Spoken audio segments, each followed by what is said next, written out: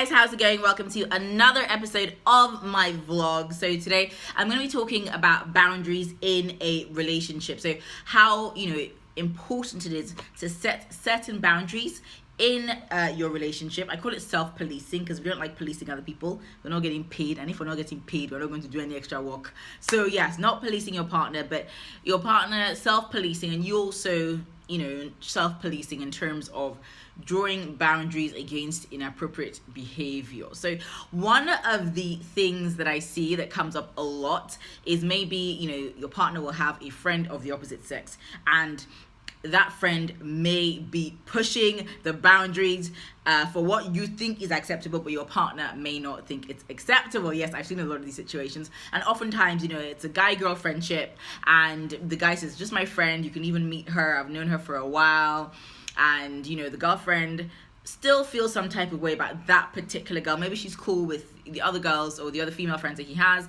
but this girl just seems a bit is always just taking liberties. She's just the kind of person who wants to show that that's my friend, that's my G, and not maybe respecting the fact that he has a girlfriend. And so obviously there's a certain sort of respect that does need to be shown, and maybe the girl's the kind of person who'll be like, I want to just sleep over at my friend's house, come and hang out, even if the girlfriend's there, all that sort of thing. I wonder what you guys think. I personally think that whether it's a girl who has guy friends or a guy who has female friends, having friends of the opposite sex is cool, but I do think that there needs to be a boundary, when one is in a relationship, because ultimately when you're dating, that other person is sort of someone you're very, very close to, and no man or woman wants to feel like someone else is staking a claim on their partner. And oftentimes I think it's easy for a lot of guys to be like, it's not a big deal, but if it's making your partner uncomfortable, then it is a big deal. And I don't think, oftentimes in these situations I've heard people say, oh no, she's insecure, she's over the top, it's not, she just needs to calm down. But it's like, no, if something is making somebody uncomfortable and they voice it out, that look, this person makes me uncomfortable, the way this person is relating to you makes me uncomfortable, then I feel like that is all. And another part of setting boundaries is not giving mixed signals. Yes, mixed signals is a huge thing. I think sometimes people think, oh, I'm just being nice, that's just my friend, I'm just being nice, and being nice, don't get me wrong, being nice is good, being nice is fantastic, but sometimes in being sort of very nice and always picking up the person's phone calls and always sort of being very open and available to the person, it can make them feel as if,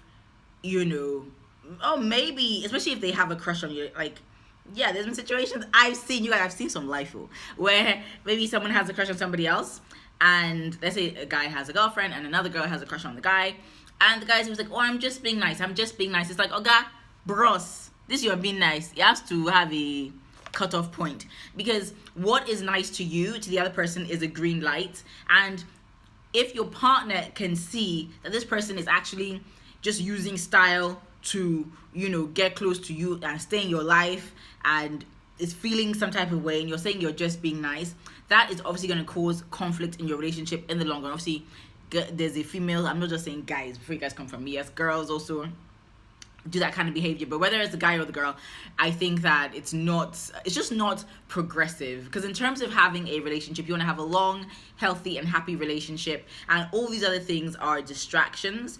I'm not saying having friends of the opposite sex, I'm just saying having friends that maybe want more than friendship. So if you're not nipping it in the bud and letting them know through your words and your actions that you're not interested, and that you are very firmly happy where you are in your happy, stable relationship, it definitely can become a point of conflict. I think another way in which this boundaries thing causes conflict is when the other person, so let's say you have the people in the relationship, and then the third party now starts getting overconfident in terms of their interaction. Maybe like a girl has a guy friend and then goes to his house, sees his girlfriend is just being funny, maybe not really addressing her, just like, hi, you know, and then talking to the guy a lot and like cracking jokes, you know, trying to be really funny. For me, the onus is not on the girl ever to address the other woman, because she's not in a relationship with the other woman. So what is her own to go and address her?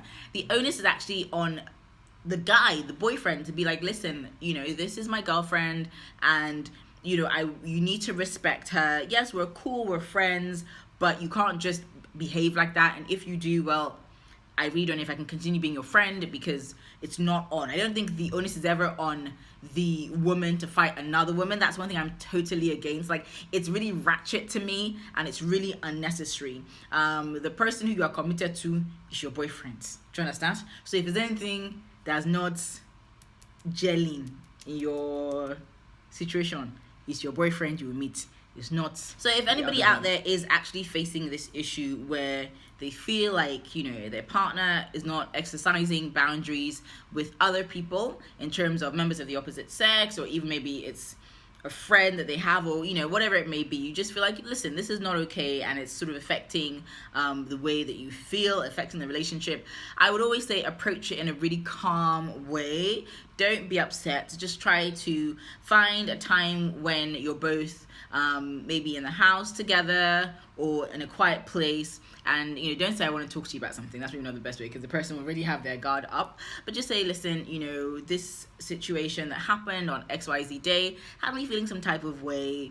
I felt XYZ, I was upset, whatever it is that you felt, just say it. And you know, just try to sort of also listen to what your partner's going to, because I know sometimes when like your blood is hot because something is on your mind, it's easy to just want to say your part and not really want to listen to the other person's side. So yeah, say your side, listen to your partner's side, and then, you know, try to come to a compromise. I would never say tell someone you have to cut this person off, you have to do that. I don't know if, you know, that is the right approach, but I think you can say, this person makes me uncomfortable, and then, you know, from that point is your partner's sort of decision how they want to handle it, because at the end of the day, we all have our own personal autonomy. But like I always say, with just communication, with understanding, with patience, there's nothing that cannot be overcome. I think sometimes these things happen inadvertently, in terms of maybe the person doesn't actually know that you're feeling a sort of way, or that something is affecting you. So yeah, I would say never bottle it up. Always find a good time and calmly express what is on your mind. So, you know, just so you feel better and the whole load is off your chest. Well, I hope that you've enjoyed today's vlog. I would love to hear your thoughts on, you know, setting boundaries in relationships, and how important you think it is, and how you have been able to set boundaries. Yeah, so see you in my next vlog.